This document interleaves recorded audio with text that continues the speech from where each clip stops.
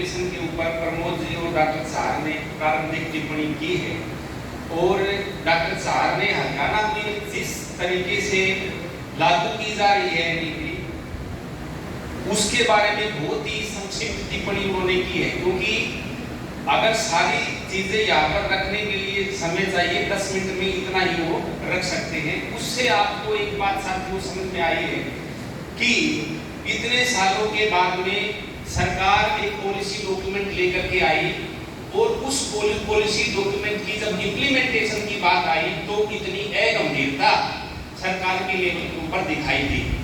अब आप सब साथियों को पता है कि भाई अगर हम एमपीपी की बात करेंगे तो सीधी सी बात ये है कि उसके अंदर हम पहुंच और गुणवत्ता की बात जो है वो करेंगे, लोगों तक पहुंच सबके साथ, क्योंकि सबसे ज्यादा अगर कोई शब्द इस एमपीपी के डॉक्यूमेंट में आया है तो ये दो शब्द है कि उच्च शिक्षा की, अगर मैं उच्च शिक्षा की बात करूं तो कि उच्च शिक्षा तक कैसे ज्यादा भागीदारी हो, एनरोलमेंट रेशो बढ़ाना है और उसके लिए कुछ भी करना पड़े। ये कुछ भी को मैं थोड़ा सा आगे परिभाषित करूंगा। दूसरा कि जो गुणवत्ता का जो सवाल है, हर बार जो है अब हर साल अखबारों के अंदर देखते हैं एक रिपोर्ट आती है जिसमें ये रोया जाता है कि भाई हिंदुस्तान की कोई यूनिवर्सिटी उसके अंदर नहीं है, ऐसा नहीं है, लेकिन इसके बावजूद ये इस तरीके के आंकड़े आते हैं और ये आंकड़े सरकारों को भी प्रभावित, और इसीलिए उन्होंने उस गुणवत्ता का जो है सवाल इसके अंदर डाला।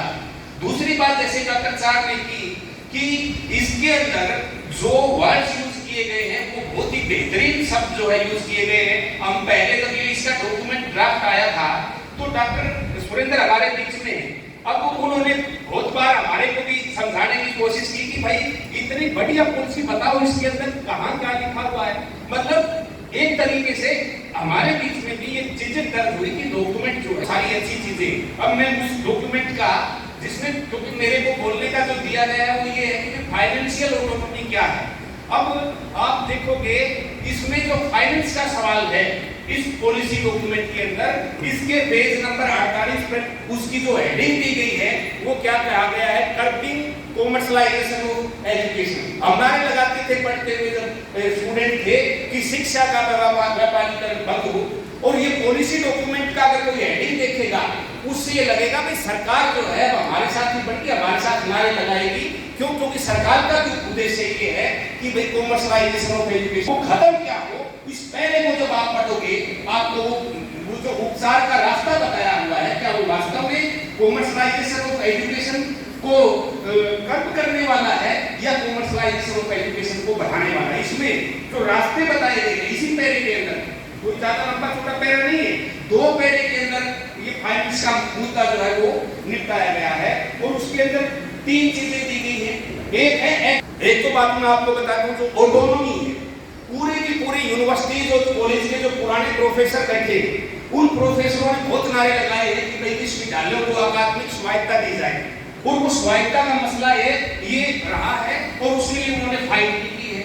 लेकिन अकादमिक स्वायत्तता जो है उसके ऊपर जोर करते हुए उन्होंने जो सॉल्यूशन दिया वो है कि भाई आपको स्वायत्तता देंगे लेकिन फाइनेंशियल ऑटोनॉमी देंगे। अब ये क्या है उसका जो मैंने बताया 3 चीजें रखी गई है। एक तो है एग्रीडेशन।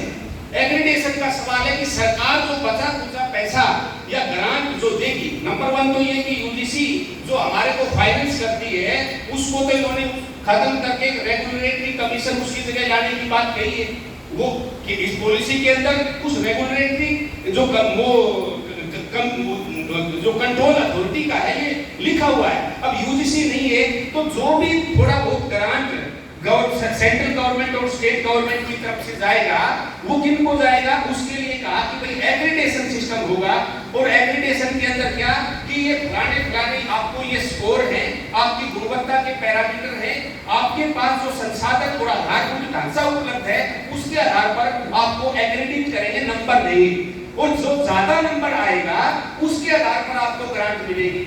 इससे क्या मतलब है कि जितने भी पहुंच का सवाल हमारे बीच में रहा आपने देखा होगा कि बहुत सारा डिसेमिनेशन ऑफ इंस्टीट्यूशन इंस्टीट्यूशन हुआ ग्रामीण क्षेत्रों के अंदर, और जिस कॉलेज में मैं पढ़ाता हूँ बहुजोड़ी के अंदर, उसको भी इसी मतलब उद्देश्य के साथ निकला कि लड़कियां पढ़ती नहीं थी, कॉलेज खुला, आज उस कॉलेज के अंदर उस इलाके की 400 की लगभग लड़कियां जो है वो पढ़ रही। लेकिन सरकार ने कॉलेज खोल दिया, वहां पर कोई ढांचा वो बिल्डिंग बना दी, लेकिन उसके अंदर उपस्थित नहीं है। अब एक्रेडिटेशन होगा, उसके पश्चात आप ग्रांट दोगे तो हमारा नंबर तो सबसे पीछे आएगा, तो हमें तो ग्रांट उस अकॉर्डिंगली नहीं मिलेगी। दूसरा जो सवाल है इसके साथ जुड़ा हुआ इसी पैरे के अंदर वो कहा गया है कि भाई आपको जो है पब्लिक और प्राइवेट को एट पार मानेंगे। ये जो बड़ा मतलब जो है कि जो सरकारी संस्थान है और जो निजी संस्थान है उसको बराबर के खिलाड़ी मान करके काम करेंगे। अब खिलाड़ियों की रेस चलेगी इसके अंदर।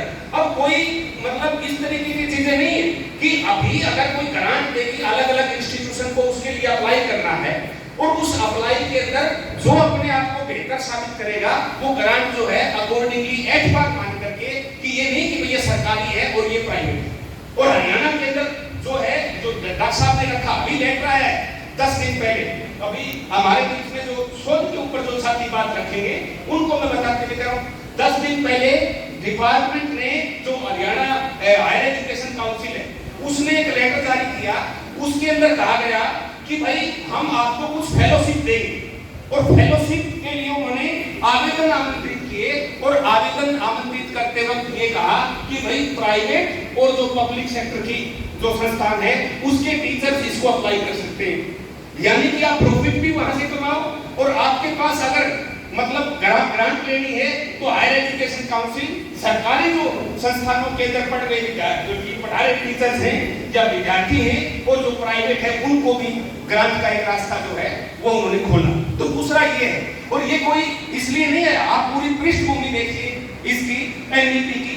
उस पृष्ठभूमि जिसके अंदर ये एनईपी आई है उससे पहले जो है डब्ल्यूटीओ के ऊपर साइन होते हैं, जो जिसको हमने कहा ये डब्ल्यूटीओ का व्यापार एवं सेवाओं का समझौता है, उसकी बाध्यताएं इंटरनेशनल लेवल के ऊपर भी बाहर के संस्थान देख रहे हैं कि हिंदुस्तान जो है सबसे बड़ा आज के दिन एजुकेशन का बाजार जो है वहां पर है, और उसके अंदर हमें भी बराबर का खिलाड़ी मान करके उस अवसर को दोहन करने का जो है अवसर दिया जाए। तो ये उसी दबाव के अंदर है, और इसीलिए आप देखोगे इसी पृष्ठभूमि के अंदर सेंट्रल गवर्नमेंट ने विदेशी विश्वविद्यालयों को खोलने के लिए जो है वो अनुमति दी है। और आप हरियाणा गवर्नमेंट ने 2 लेटर निकाले, उसकी मैं बात करूंगा, जिसकी कड़ी आएगी कि कैसे किस तरीके से जुड़ती है। तो 2 चीज मैंने बताया इसके अंदर, और तीसरी जो चीज इसके अंदर कहा रास्ता जो बताया गया है कर्बिंग ऑफ कॉमर्शियलाइजेशन का, वो है कि भाई फिलैंथ्रोपी। इसका मतलब क्या है? परोपकार। अब फाइनेंस या ग्रांट जो है आपको, ये आपका अधिकार नहीं। हम नारे लगाते थे, मैं अभी यही बता रहा हूँ कि भाई शिक्षा पर जो खर्चा हो बजट का 10वां हिस्सा हो, ये मतलब अधिकार के साथ ये नारा लगता था। लेकिन आज क्या है? आज ये है कि भाई परोपकार होगा, और परोपकार सरकार मान ले चलो भाई आप हमें अधिकार नहीं देंगे, परोपकार के रूप में जो है हमारी शिक्षा तक पहुंच और गुणवत्ता जो आप दे रहे थे हम ये भी मान लेंगे। लेकिन वो परोपकार क्या है?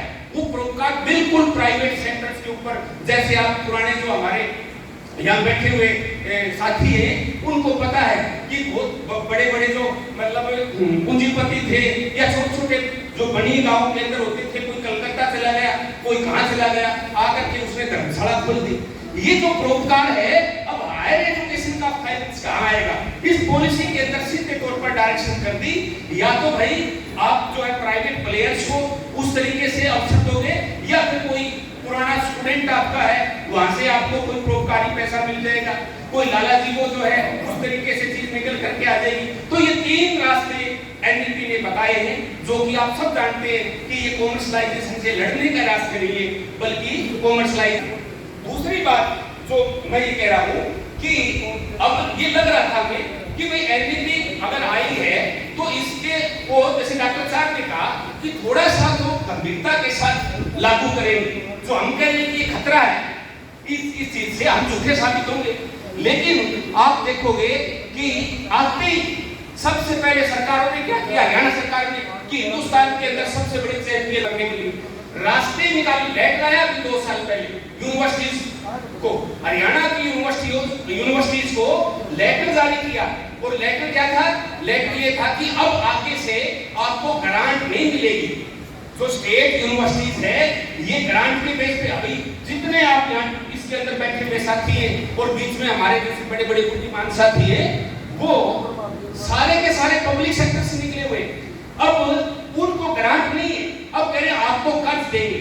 ये तो डॉक्टर साहब और एआई फूटो के नेतृत्व में मटूटा के साथी और दूसरे साथी थे 2 साल पहले, उस लेटर को जो सरकार को वापस लेना पड़ा। उसके बाद में उनको ये होगा कि अब जो है ये चीजें वापस चली गई, लेकिन इस साल फिर वो लेटर दे दिया। और उस लेटर के अंदर क्या लिखा हुआ है?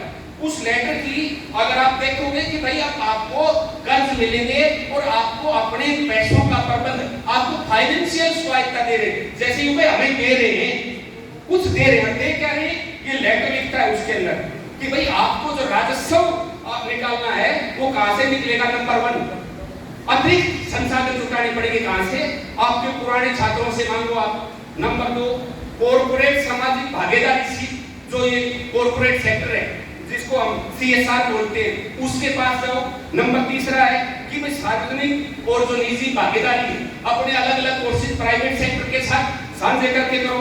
इसके अलावा है कि जो जमीन यूनिवर्सिटीज के पास है, सबसे प्राइम लैंड जो है समाज में सरकारों ने यूनिवर्सिटीज को दी है वो जमीनें। अब कहा है कि इस जमीन का बड़ा हिस्सा क्योंकि आपके पास दे दिया, आपको जरूरत ही नहीं है, आप बिल्डिंग यूं खड़ी करो और ये जो आप जमीन एक तरीके से, तो उस लेटर की भाषा ये कि उसके अंदर तो दूसरा जो हमारे साथी रखेंगे ऑनलाइन एवं ये जो कि खर्च 2 तरीके से बढ़ेगा।